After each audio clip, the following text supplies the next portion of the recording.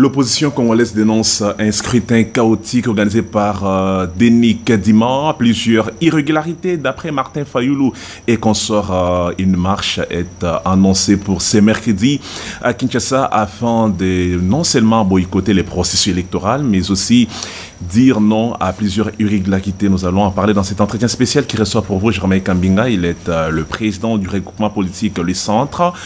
Germain Kambinga, d'abord un mot par rapport au scrutin organisé par la centrale électorale. C'est fait dans les temps. La Commission électorale nationale indépendante est une structure qui fonctionne à deux vitesses. Ça, c'est le problème structurel de la Commission électorale indépendante. J'ai parlé du problème politique lié à sa mise en œuvre. Maintenant, il y a un deuxième problème, c'est le problème de l'organisation interne de la Commission électorale nationale indépendante qui fonctionne à deux niveaux. Le premier niveau, ce sont, je dirais même trois niveaux en réalité. Le premier niveau, c'est le niveau politique dont je viens de parler. Le deuxième niveau, c'est le niveau administratif avec des agents qui sont en contrat à durée indéterminée. Mais le gros des troupes, ceux qui tiennent l'objet même de l'existence de la CENI, sont des agents précaires. Plus de 300 000 à mon avis, parce que dans un bureau, on a des assesseurs, des présidents de bureaux de vote, des chefs de centre, et des secrétaires, ainsi de suite. Ces gens-là ont des contrats à durée déterminée, de très courte durée finalement. Mais à ces gens-là, on donne la responsabilité de la sincérité et de la validité d'un scrutin aussi important. Il faut une réflexion sur cette question. Le troisième problème que rencontre la Commission électorale nationale indépendante, c'est que nous sommes la République démocratique du Congo, un pays continent, un pays immense, à la géographie très complexe, et que nous sommes, à côté de cela, un pays sous-développé, avec des déficits infrastructurels et énergétiques énormes. Donc, l'organisation d'une élection ou d'un cycle électoral en République démocratique du Congo ressemble, à n'en point douter, pour cette commission, à une véritable gageure, et ce, à chacune des fois qu'elle est amenée à assumer cette responsabilité. Les trois paramètres que je viens d'évoquer expliquent pourquoi en 2006, nous avons frôlé le chaos, pourquoi en 2011, nous avons frôlé le chaos, et pourquoi en 2018, nous l'avons à nouveau frôlé, et qu'aujourd'hui, une fois encore, malgré toute la bonne volonté qu'on peut supposer de ceux qui se sont donné corps et âme pour que ces élections aient lieu à temps, les quelques failles que nous avons observées sont à nouveau réapparues. Mais lorsqu'on a dit cela, on ne doit pas oublier que notre processus électoral à tâtons, il faut l'avouer, est un processus électoral qu'il faut continuer à encourager et à faire en sorte que cette dernière continue à prendre de l'âge, de la croissance pour atteindre son niveau de solidité. Est-ce que ce scrutin, d'après vous, frise-t-il des germes de tricherie, comme l'a si bien dit Martin Fayulu? Je crois que même le président de la Commission électorale indépendante a reconnu lui-même qu'il y a eu, notamment au niveau des législatives essentiellement, de nombreux candidats qui ont profité des failles du système pour essayer de passer outre la volonté du peuple en s'arrogeant des voix et en se donnant des positions qui pourraient demain leur servir pour être vainqueurs. Mais il a également souligné qu'il y avait des garde-fous qui, si ils étaient enjambés, rencontreraient potentiellement la rigueur de la loi, allant jusqu'à l'annulation des élections, là où des irrégularités trop importantes et vérifiables auraient été constatées. S'agissant de la question présidentielle, la problématique se pose différemment. Moi, je pense que c'est tout un sujet, la question des élections présidentielles, de cette fois-ci, parce que déjà... Un rapport voulu par Martin Fayulu au terme d'irrégularités constatées sur terrain. Non, je vous ai dit que la question d'annulation, de reprise à zéro, d'abord, factuellement, ce n'est pas faisable, parce que dire cela, c'est dire aux Congolais qu'ils partent pour une transition d'un minimum de 3 ans. Parce que je vous ai dit, on est encore sous le régime constitutionnel d'une commission électorale nationale indépendante à composition fortement politique. Donc, imaginez un seul instant que les acteurs politiques que vous connaissez décident de s'asseoir pour mettre en place une nouvelle CENI. On est parti pour la gloire, premier élément. Ensuite, il ne faut pas oublier que la République démocratique du Congo vient de dépenser 1,1 milliard pour ce processus et que le temps de retrouver des finances suffisamment abondantes pour réengager cela dans le cadre d'un nouveau processus, nous serions partis pour au minimum 3 années de transition. Et cela mettra un coup fatal à notre démocratie qui n'en a pas besoin. Ce qu'il faut arriver à faire, c'est faire ce que nous savons très bien faire, à mon avis. C'est quoi? C'est que le président de la République qui sera élu constate qu'il y a une nécessité de tendre la main et d'ouvrir des mécanismes de rapprochement avec ceux qui hier étaient ses ennemis, parce que, il ne faut pas oublier, et je vais y revenir là-dessus, l'enjeu fondamental aujourd'hui, c'est le Congo d'après-élection, un Congo en guerre. Vous avez tendance à l'oublier. Nous avons organisé une élection dans un pays en guerre, dans un pays dont les troupes sont engagées dans la protection du territoire national. Hier encore, vous avez suivi les élucubrations abracadabrantesques du préposé à la communication de ce mouvement rebelle stipendié par le Rwanda, qui est le M23, qui se bombait le torse d'avoir encore conquis quelques espaces dans notre pays. Cela prouve qu'en réalité, la vraie problématique de la préélection, c'est la sécurité de notre territoire et la restauration de notre intégrité territoriale. Donc le vrai enjeu, ce n'est pas de regarder vers une nouvelle transition, mais c'est de faire en sorte, dans cet élan de rassemblement rendu nécessaire par la situation globale, que le président de la République, qui sera proclamé, fasse le père de la nation. Ce qui est son rôle, rassemble et tende la main pour qu'ensemble, tel un front dressé, comme le dit d'ailleurs notre hymne national, nous affrontions l'adversité. Cette adversité qui est de plus en plus violente, qui nous a imposé par le Rwanda et tous ceux qui sont derrière le Rwanda, bien identifiés pour des intérêts économiques, qui pensent que les richesses du Congo, qui sont au cœur, si vous voulez, de toutes les révolutions écologiques, technologiques, qui vont conditionner la construction du monde de demain, se retrouvent en grande quantité dans le sous-sol de cette terre qui est la nôtre. La préélection, vous dites que le président qui sera élu doit tendre sa main à la classe politique pour un rassemblement. Pourquoi le pays est en guerre. Pourquoi doit-il le faire pendant que nous venons d'assister aux élections? Il y a des Je vais vous expliquer. Je vais vous expliquer. C'est une élection qui s'est déroulée dans un contexte particulier. Et au sortir de cette élection, il y aura de nombreuses frustrations. Pourquoi? Comme d'habitude. Pourquoi le vote s'est orienté dans un sens plutôt que dans un autre? Vous savez, la mythologie gaulienne dit que l'élection présidentielle est une rencontre mystérieuse entre un peuple, un homme et son histoire. L'histoire présente du Congo, c'est cette guerre qui est imposée aux Congolais. Les Congolais sont un peuple qui ont leur patriotisme chevillé au corps. Ils sont prêts à renoncer à tout, sauf à leur Congo chéri. Nous sommes chauvins, nous les Congolais. D'ailleurs, nous sommes une société conservatrice. Les Congolais, qu'ils soient en France, aux États-Unis et partout, parlent d'abord le Lingala, parlent d'abord le Swahili, parlent d'abord le Chiluba, le Kikongo. C'est ce que nous sommes. Donc lorsque le Congo est attaqué, le réflexe naturel du Congolais, c'est de se rassembler. Moi, j'ai terminé un ouvrage et j'appelle ça... Se rassembler avec qui? Entre eux. 23 ou bien avec l'opposition qui boycotte déjà la publication? Les Congolais ont tendance à se rassembler. Je parle des résultats des élections. J'explique le sens de ces résultats. J'explique pourquoi les tendances que nous observons prennent une certaine direction. C'est parce que les Congolais ont décidé de se rassembler. Ils savent que leur pays est menacé. Ils savent que divisés, ils ouvrent les brèches aux ennemis du Congo. Ils ont renoncé à ce qui est leur quotidien, les problématiques du quotidien, parce que l'opposition s'est entrompée de problématiques, s'est lancée à pieds joints sur les questions sociales, alors que la véritable problématique de cette élection, c'était la question sécuritaire. Voilà l'erreur de l'opposition. Voilà pourquoi les votes se sont globalement dirigés dans un sens. Parce que menacer l'existence du Congo en jeu, les Congolais ont fait un choix du don de soi. Oui, le dollar périclite. Oui, le social reste un objectif.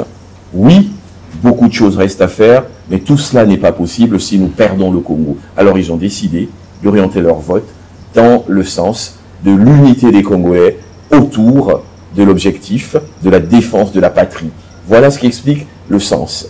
Donc, lorsqu'on tient compte de cette réalité, vous comprenez mieux pourquoi je dis, après la proclamation des résultats, le président de la République qui sera élu devra continuer le travail du rassemblement des Congolais.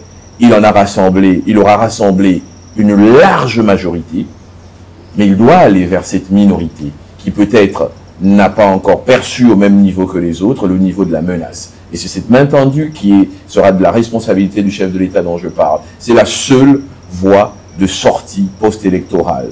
Non à la transition, non à l'annulation de ces élections, oui à une rencontre conclusive entre Congolais dans les règles édictées par celui sur qui le peuple congolais aura porté son dévolu. Ce sera sa responsabilité et c'est la seule voie de sortie.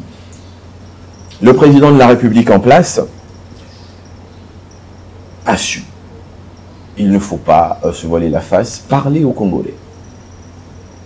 Il s'est présenté en commandant suprême d'une nation agressée.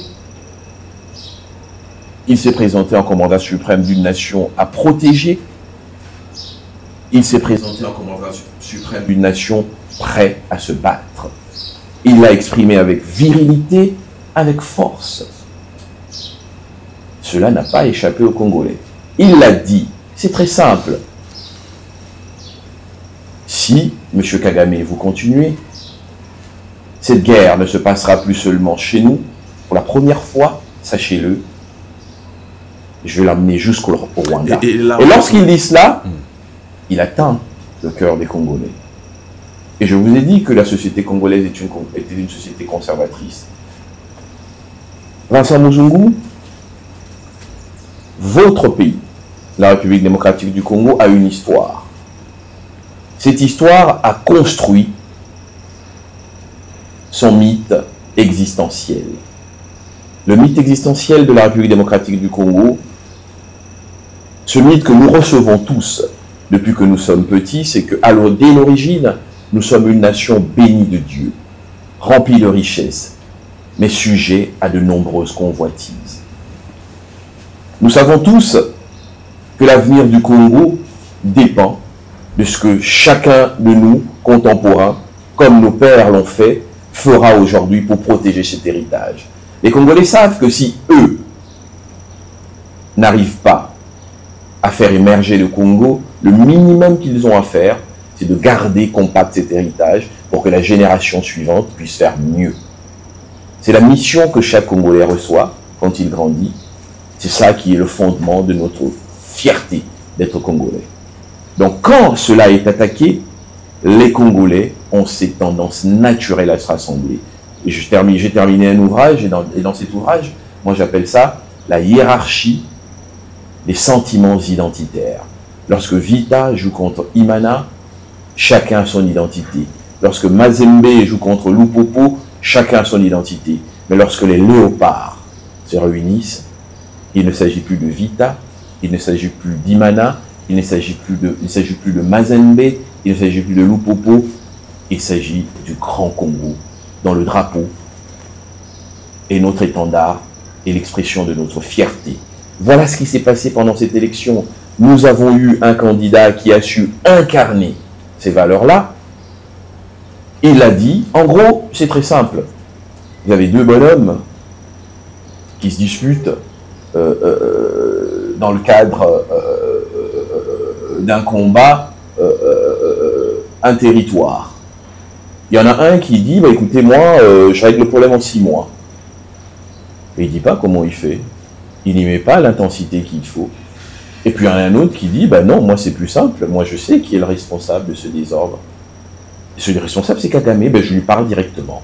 Je lui dis, Kagame, si tu continues à déconner, mais moi j'arrive chez toi. Et voilà, il a dit, le peuple a choisi. Ce n'est pas un discours de la campagne électorale pendant qu'il a géré le pays 5 ans.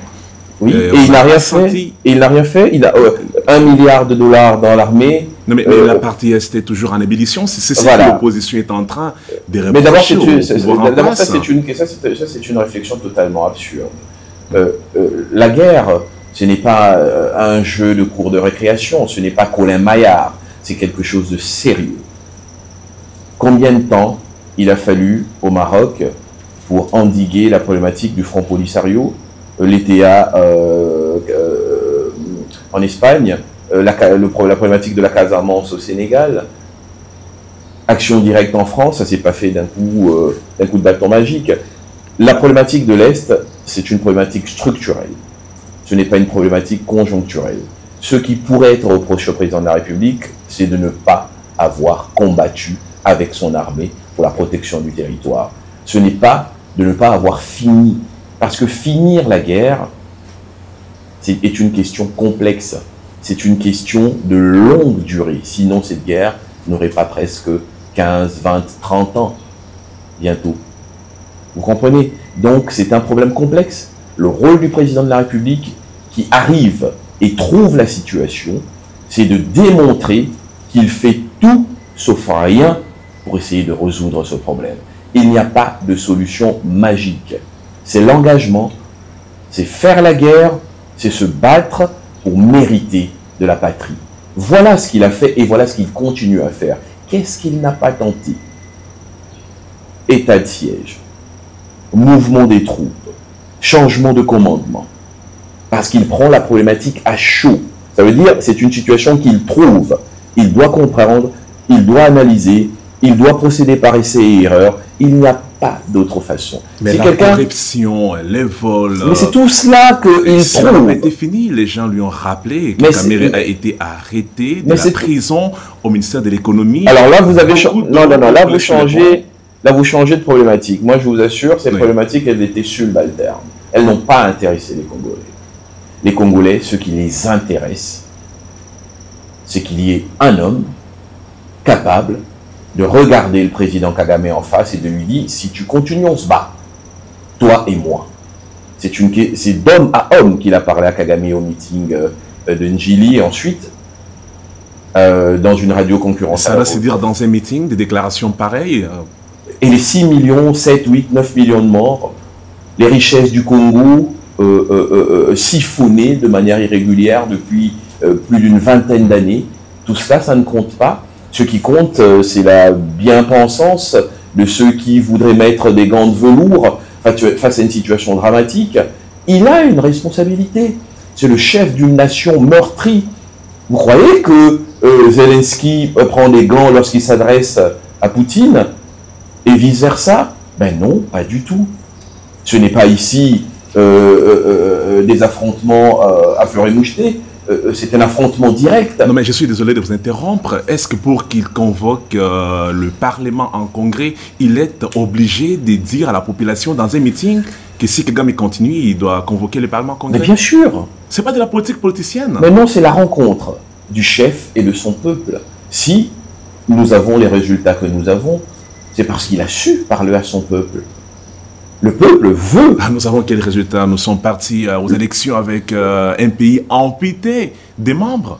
Mais un pays qui se bat, toujours debout. C'est ça que le peuple a retenu.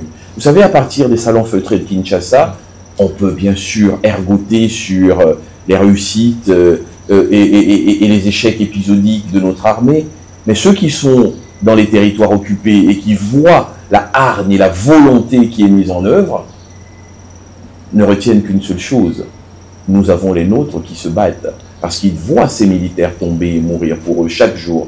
Ils voient ces militaires lutter. Ils voient les efforts qui sont faits face à un adversaire tentaculaire, tapis dans l'ombre et face à la malveillance de certains compatriotes qui n'ont pas compris le vrai message, parce qu'ils sont utilisés pour détruire l'héritage de nos ancêtres. Ça, les gens qui sont sur le front, les gens qui vivent au quotidien ces menaces et tous ces drames à Béni, en Ituri et partout, le savent.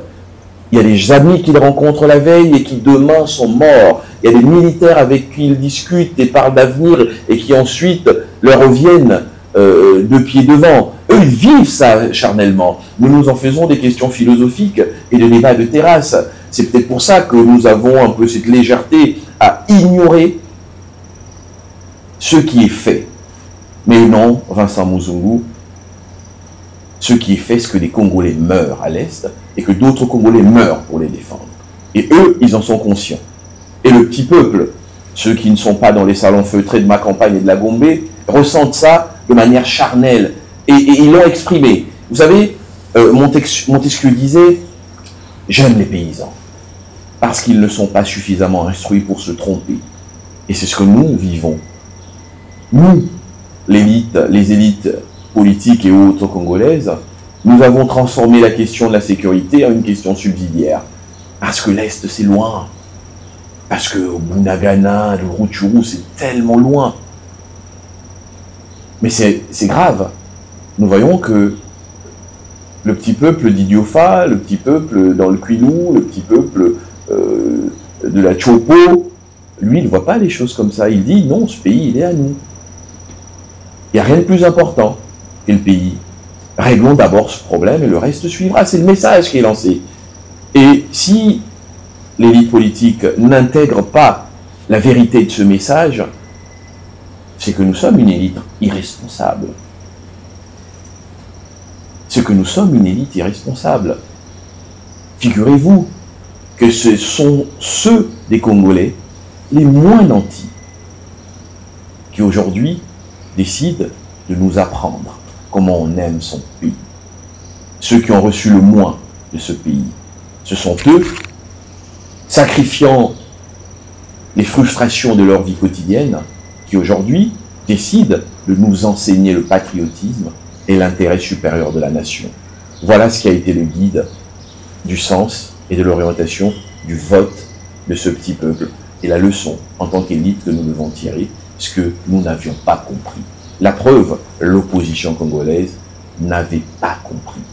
À part les quelques autres erreurs qu'elle a pu commettre, qui fait que nous nous retrouvons dans cette bérésina électorale pour elle, il y a d'autres choix stratégiques et tactiques qui n'ont pas été efficaces. Et si cela vous intéresse, je peux vous donner mon avis là-dessus. Un dispositif sécuritaire très important déployé dans le Grand Katanga, ça craint pour la date du 31 décembre où la CENI doit publier les résultats généraux. Est-ce que doit-on craindre le pire au pays? Et alors, le Katanga dont vous parlez, le Haut-Katanga, n'est-ce pas en République démocratique du Congo? N'y a-t-il pas dans ce pays une unité de commandement? Est-ce une armée étrangère ou est-ce toujours l'armée de la République démocratique du Congo? Les impératifs sécuritaires sont des impératifs qui sont généralement couverts du secret défense. Lorsque l'armée se déploie, elle est en plein dans son rôle constitutionnel. Nous sommes en République démocratique du Congo. Ce n'est pas un événement. Il faut vraiment être de l'élite politique congolaise gavée au bien-être, au champagne, pour considérer anormal qu'une armée dans son pays puisse décider de se déployer. Mais le contexte... Est-ce que c'est la première fois que l'armée fait des parades dans le Katanga à Kinshasa? Mais il y a eu une parade ici, il y a 3-4 mois également.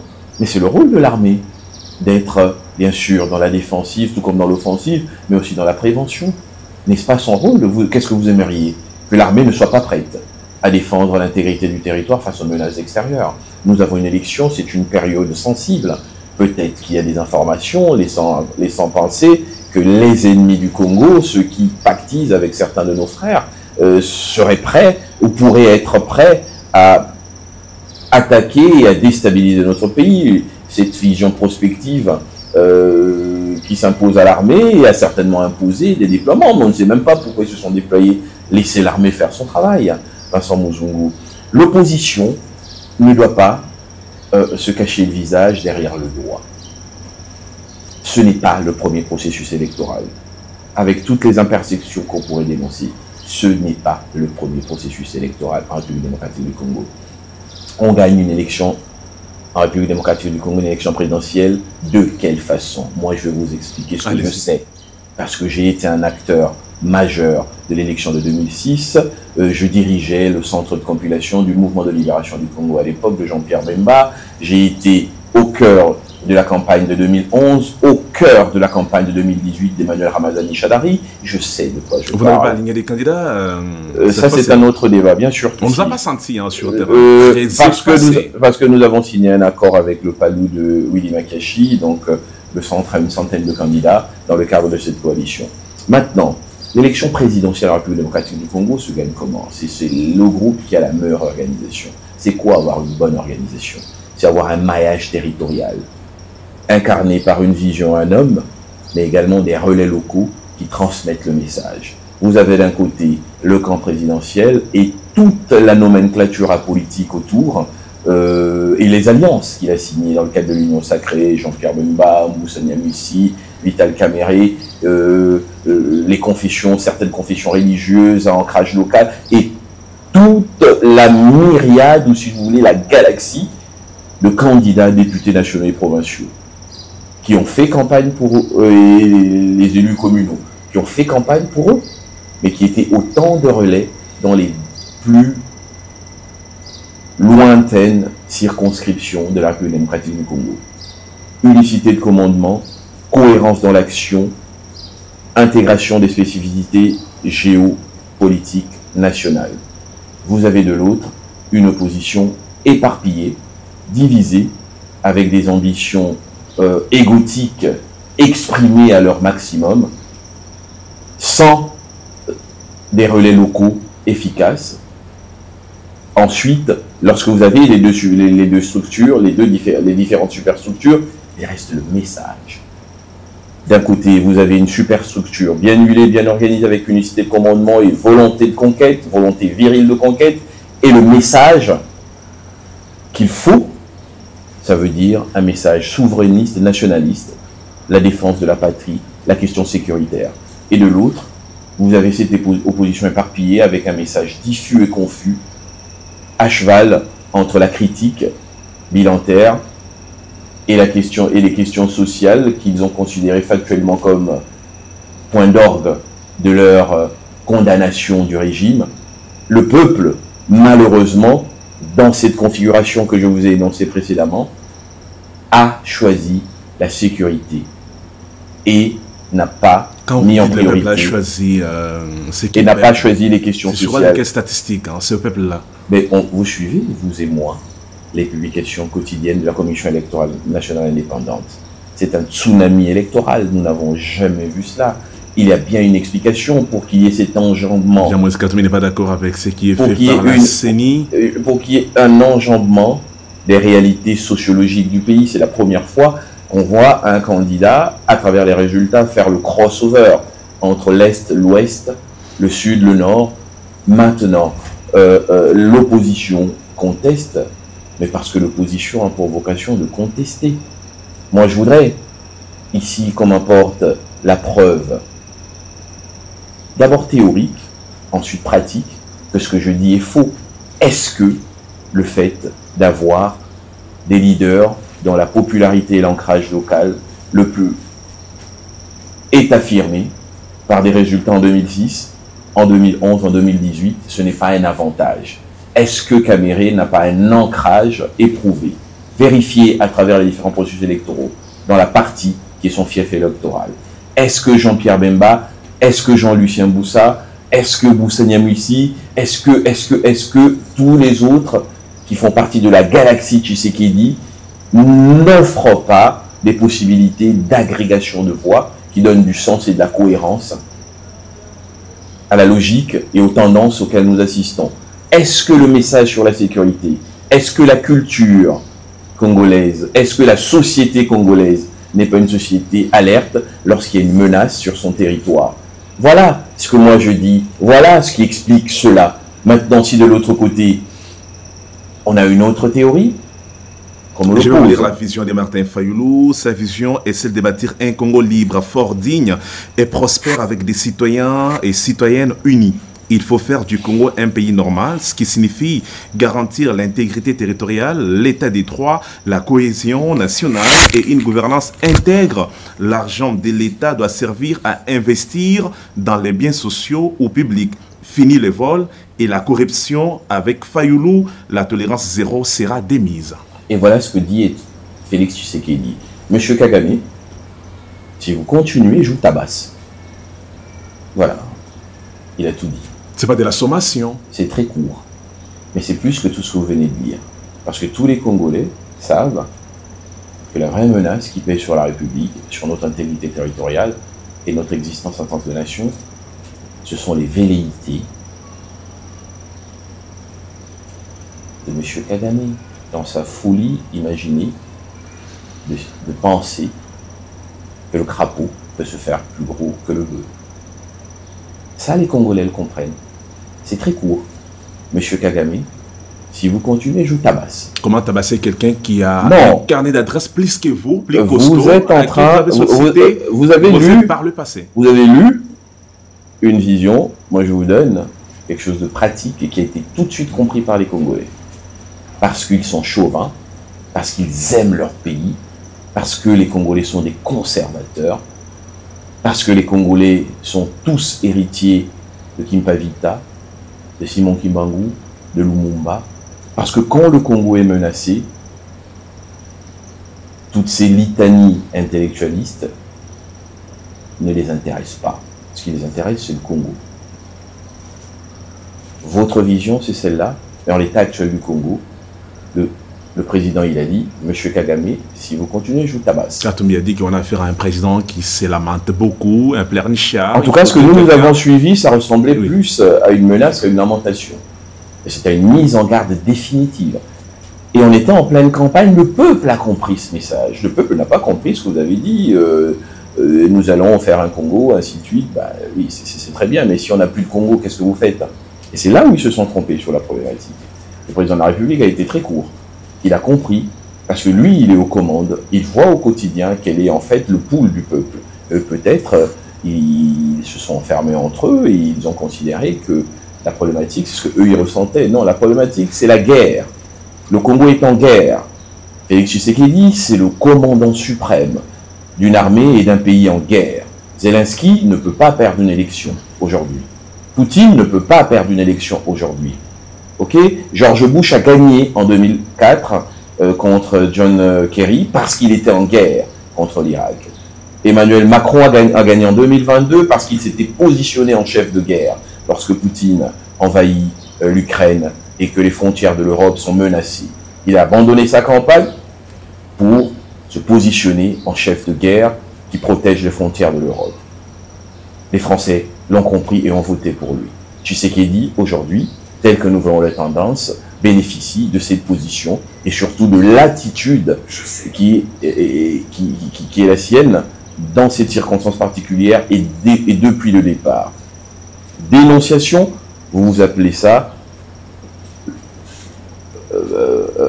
des pleurs. Non, lorsqu'on va aux Nations Unies, lorsqu'on va dans tous les forats, dénoncer les mains maculées de sang de Kagame ont détruit la réputation de ce pays qui a usurpé ses performances en dévoyant la destinée de la nation voisine dont il a profité de la faiblesse dans les années 94, 95, 96. Et c'est ce sevrage définitif que veut faire le président de la République qui a séduit les Congolais. Il veut sevrer Kagame de son habitude, de sa mauvaise habitude d'être accroché aux mamelles de notre nation. Ce n'est pas son pays, c'est ce qu'il lui dit. Je voulais faire un peu la déduction de votre argumentation quand vous avez parlé de la période d'après-élection. Vous avez souhaité que le président Tshisekedi tende sa main à la classe politique. Il était en coalition avec le président honoraire Joseph Kabila Kabange. Vous avez la suite de ce qu'a été la coalition FCC-Cash. N'est-ce pas que l'existence de Kabila, c'est un silence interpellateur? Lui qui était censé être un modèle, un conseiller, un coach, il est hors jeu. Parce que le président Tshisekedi l'a voulu ainsi. Non, le président l'a encore répété, le président de la République, un de ses plus grands regrets, c'est que précisément cette alliance n'est pas prospérée. Ça veut dire qu'au fond, le président a conscience que le Congo politique a en permanence besoin de se rassembler. Et c'est fort de cette conviction que moi je pense qu'une fois proclamé, le prochain président de la République, le président de la République qui sortira des urnes, aura pour première tâche de tendre la main. Le président Kabila sera peut-être dubitatif. Ce sera la responsabilité du président Kabila, la responsabilité du président qui sera proclamé sera de se mettre au-dessus de la mêlée en tant que père de la nation pour considérer que ce n'est que rassemblés que nous serons plus forts face à cette menace qui se fait de plus en plus volontariste. Les tentatives irrédentistes se multiplient et le Congo doit plus que jamais être uni et faire front. Le peuple nous a donné le ton, le peuple nous a donné l'orientation et ce message du peuple, nous, les élites politiques, nous devons le recevoir. Si vous vous cachez le visage derrière le doigt en pensant que les 80% qu'on voit à gauche et à droite sont le résultat d'une tricherie hontée, vous vous cachez le visage derrière le doigt. Rassurez-vous, il y a une réalité qui est celle du pool du peuple, ceux qui font de la politique et qui ont fait un peu de terrain, honnêtement ont dû le sentir, qu'il y a eu un rassemblement pour la protection de la patrie. Et comme la patrie, en ce moment, dans cet élan de reconquête, est incarnée par le commandant suprême, le sens et l'orientation des votes, nous l'avons constaté. La dernière question, hier, vous avez beaucoup servi ce pays, député national, ministre de l'Industrie, vice-ministre à la formation professionnelle, arts et métiers. Demain, c'est un nouveau gouvernement qui va se former. Vous serez au gouvernement ou Non, ça c'est une mauvaise façon de poser les problématiques. Oui.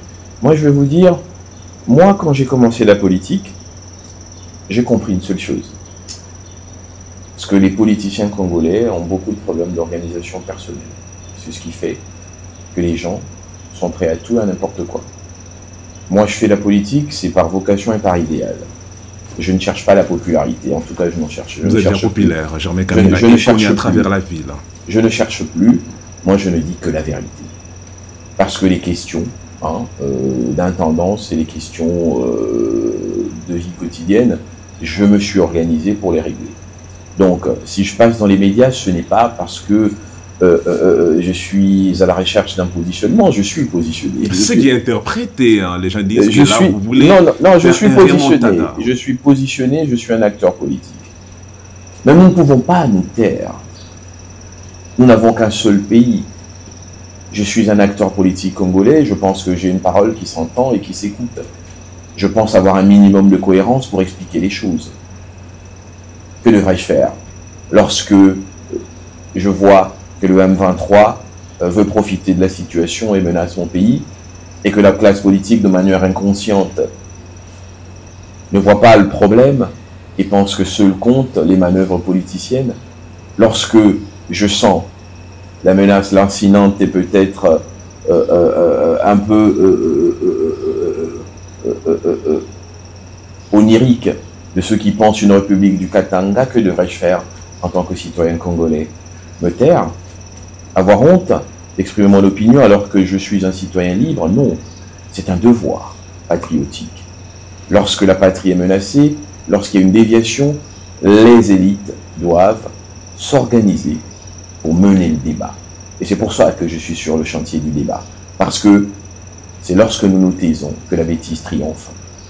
Faisons en sorte que de moins en moins, la bêtise triomphe. Donc il faut parler aux Congolais, leur expliquer, leur ouvrir le livre des réalités politiques, leur proposer des analyses, et ensuite leur libre arbitre jugera en connaissance de cause. Très bien. Voilà ce que je fais. Nous avons fini cet entretien, vous allez regarder la caméra qui est au devant de vous. Adressez-vous directement aux Congolais pendant 3 minutes.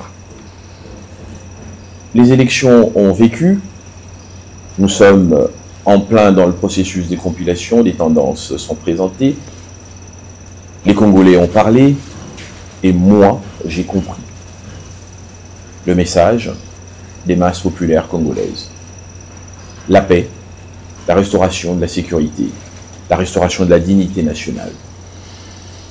J'ai compris que si les Congolais ont pu se rassembler au-delà des clivages ethniques et tribaux, au-delà des provinces, pour se mettre en rempart d'unité contre ceux qui veulent